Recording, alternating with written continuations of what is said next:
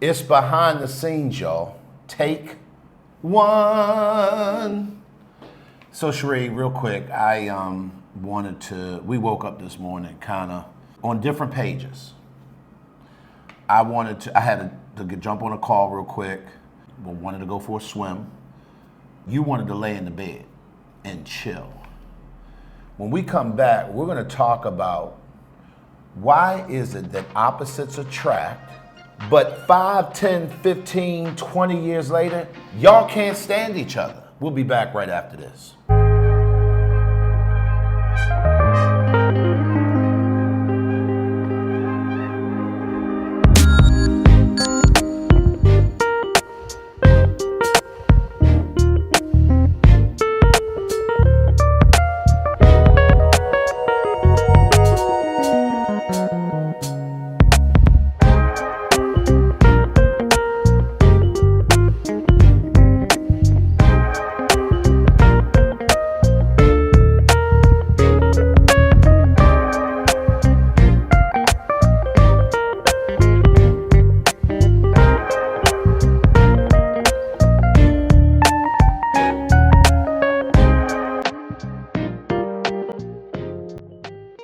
All right, guys, it's Glenn and Sheri. We're coaches. We have been building our relationship for the last almost 25 years in a row, January 30th, 2024. Yes. Can I? Yes. Thank you. Y'all see this? This is a good thing.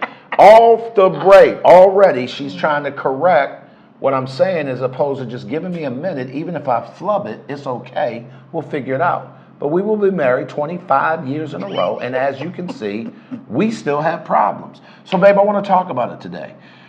They say, there's this term out there that says opposites attract, and to a large degree, I believe that. Mm-hmm. But 2, 3, 5, 10 years in, you can start to get on each other's nerves. But y'all complete each other. Complete each other. Talk to me. Why is that the case, and where's the misconception? Where am I missing it? So when people talk about opposites attract, what I think they're primarily talking about is the fact that, like you said, the term, they complete each other. I think that it is beneficial to be in a relationship with a person who brings something to the table that you don't have. And what I mean by that is like that they're stronger in areas that maybe you're weaker in, or they're more skilled in a certain area that you're not. So for us, for instance, you're the talker. You've always been the talker. You're the front man, and I'm the behind the scenes person. I've always been the person that is more buttoned up when it comes to details and things of that nature. And so that's an area that you were not as strong in. At all. You're still not as strong. Let's put it out there. And so I think that those are things that I don't even know if I would say necessarily. I know I was attracted to the fact that you were as outgoing as you were, that you were as talkative as you were. Not just talkative, but you were a big personality. That attracted charismatic. Me. You were charismatic. One thing that for me, when we met, you made me laugh all the time. Still do. You still do. You had the ability. For no reason. We're not doing this right now. For no reason. We're not doing I this cannot right even be telling a joke. And you see the blush starting to come on? It's the blush part. We're not doing this. So that was part of what attracted me to you. But those were things that I didn't have. That was a part of me. I desired to be freer in those areas. Yep. To be able to get up in front of people and talk and do things of that nature. And so that attracted me to you. The parts that we aren't alike, I think, are the things that can also serve to be those irritants. And so, like I said, I'm extremely organized, detailed, tidy. Yeah. And there are areas that you have not grown in. Mastered. Oh, yes. I like not that mastered. word. Yes, you have not mastered. Because I have grown. Yes, okay, you have not mastered in the last 25 years. And those can still be irritants to me, and those are areas that we are opposites in. So let me just kind of, from the vantage point that I woke up, when I thought about this morning, I was leaving out of the room, and after I went swimming this morning, I brought a wet towel into the house, and instead of taking it to the laundry room to drape it over the wash machine and the dryer where we would put said item so that it can dry out on its own. So the idea is drape the thing over the laundry, over the wash machine and dryer so it dries out. One eternity later. I'm telling you this for a reason. Your boy completely forgot about said towel. This one, when she gets up, she goes to get dressed because we're going to get out for the day.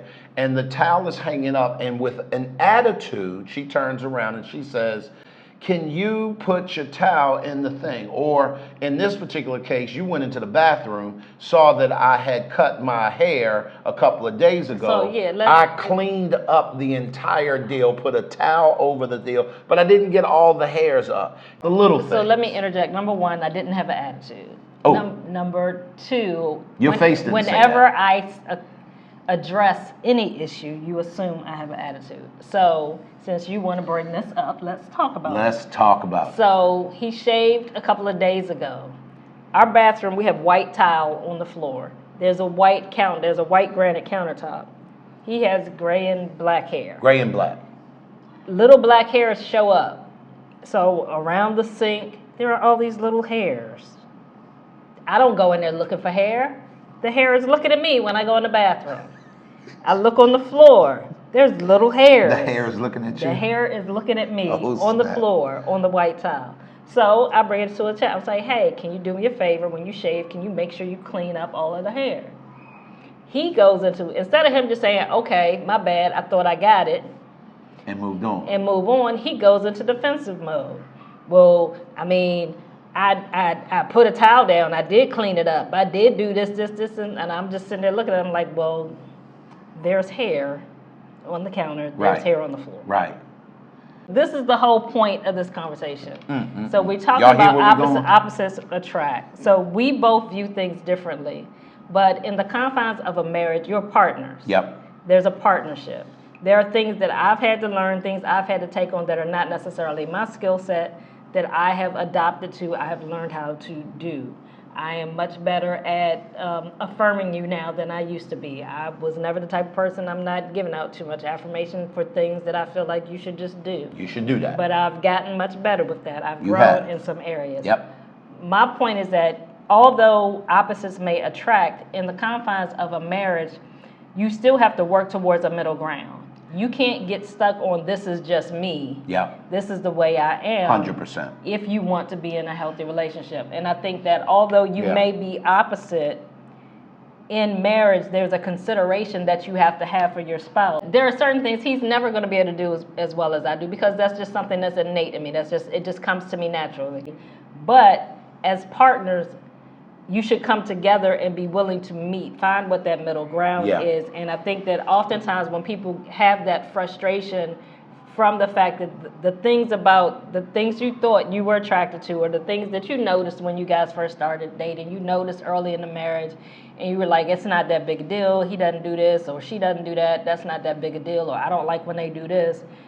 5, 10, 15 years on, it can rub. It's kind of like the chalkboard Yeah. thing. It can do that, but this is where communicating about it is key, sharing your thoughts on it. Like, my goal is never to make you into me, but I do need help. So let me just jump in really Okay. quickly for the sake of time and kind of bring a balance to this.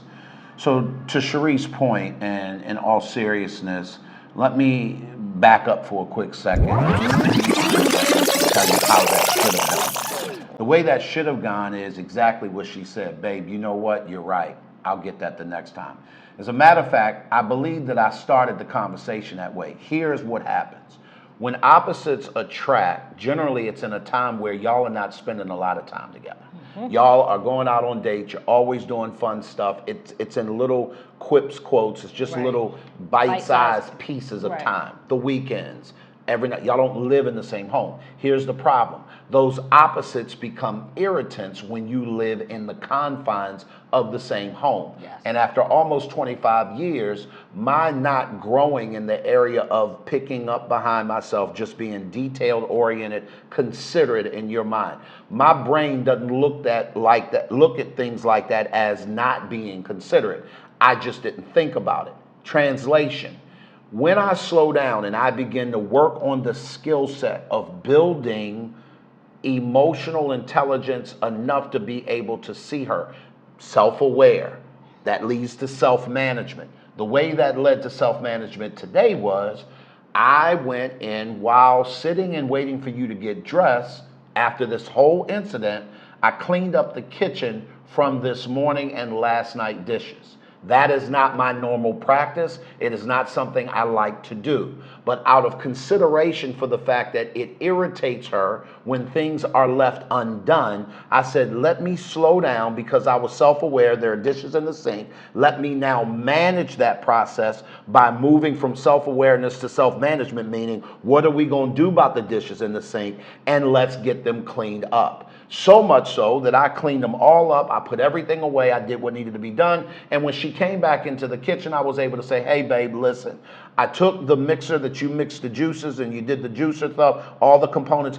I don't know how to put that back together, not my area, but I did put them in one place where you can find all the gadgets so that they can go. I communicated that effectively with her and she was okay with that. So I just wanted you guys to understand that the latter part of what we're talking about is a skill that I am developing because I'm learning how to move more like you do for the sake of consideration. I will probably never be the super detail-oriented person that she is, and quite frankly, I don't desire to be. She is not going to be the quick thinking, quick moving, always got something to say, going to walk into the room with all the energy and all the creative, hot, let's get it popping now, and she doesn't desire to be that way. But when you're talking about moving in these kinds of tight spaces, in a marathon of a relationship called marriage, you're going to have to figure those kinds of things out. That's why we have a workshop that we're doing in the beginning of January. If you have not clicked the link in the description below, you definitely want to go take a look at that because we're going to do an entire boot camp experience the first 4 weeks of the new year around these ideas. And then we're going to come back and we're going to add to that in different ways. You got to click the link. You got to get in the room because I promise you what she's talking about is stuff that people leave each other over. Eventually. Right. Now, Sheri and I are joking a lot about stuff. We have mastered being able to get over things, move on, deal with stuff, not carry things on. So we're reenacting this for you. Right. But the truth of the matter is that we're still a work in progress, right. And that's how we work behind the scenes. Right. And I think one thing that a lot of times couples will get caught up in the fact that, oh my God, he's getting on my nerves, he's getting on my nerves, he's getting on my nerves, she's getting on my nerves, she's getting on my nerves. And you will make things bigger than what they really are. Whenever you bring two people together, you're going to rub each other. Facts. You got two people that were raised entirely different, that think differently, that view things differently. There's going to be some friction. Expect that. Yep. Expect that. Is that when you go into battle, you should expect opposition. Right. The problem is that most people get thrown off their square. Right. They get ambushed because they're not even expecting that when I start out on a new thing that I'm going to be opposed by some forces that don't want me to accomplish. Right. So in marriage, you should expect there's going to be some friction, but that friction is there to help you both grow. Right. If you handle it properly, if you look at it as a way for you guys to grow closer, to build your partnership together, to be able to consider each other more, it's a positive thing. But if you look at that friction, every time there's friction as it being a bad thing, and you're pushing away from each other instead of drawing closer to each other, that's when it really creates problems in marriage. But you have to expect that friction. Yeah. No marriage is perfect. No peaches and cream. No marriage is perfect. You got two individual people that think differently. Absolutely. You're gonna rub against each other, literally, and not literally. You're gonna rub against each other. Hopefully you are. Hopefully we're gonna literally rub against each other. Rubbing against each other. But Sheri, I think but there's gonna be some friction, and you have to know how to handle that, and that's where building your communication skills is gonna help you guys to be able to work through those moments, because it's gonna happen. Yep. It's gonna happen over and over and over again in your relationship. But if you don't know how to communicate with each other, if you don't know how to have those conversations, not take things personally, realize this is an incident, this is just an event, it's not our whole relationship, this is one thing, let's talk about it, let's move forward, what do we do, how do we move through this and move on, then you're going to have some challenges. And so like Glenn said, in January, we're going to be doing a relationship enrichment boot camp.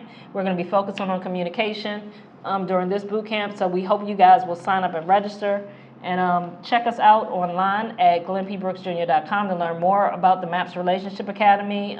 We have an online relationship community for married couples who are looking to grow in their relationship as well as in their career, or if they're entrepreneurs in their business, helping them to be able to develop a healthy balance that helps them to live successfully in their marriage as well as in their business, so that they can break these generational curses that many of us have been stuck with. So guys, last thing, just real quick, I just wanted y'all to understand that sandpaper is designed to soften. Here's the problem. The problem is you don't get soft without the sand. And you need to think about that. If you want the ease of relationship on the back end, that softness, that ease comes through sand. Through friction. If you eliminate the friction, if you eliminate the sandpaper, you never get to the soft. At the end of the day, you cannot get to any place of significance by yourself. We all need some help.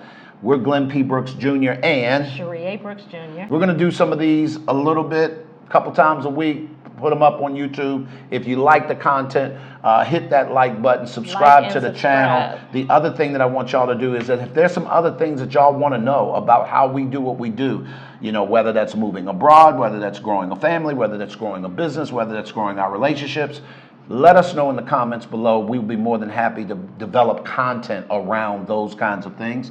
And we'll talk to you guys on the next one. Y'all be good, and we'll talk to you soon.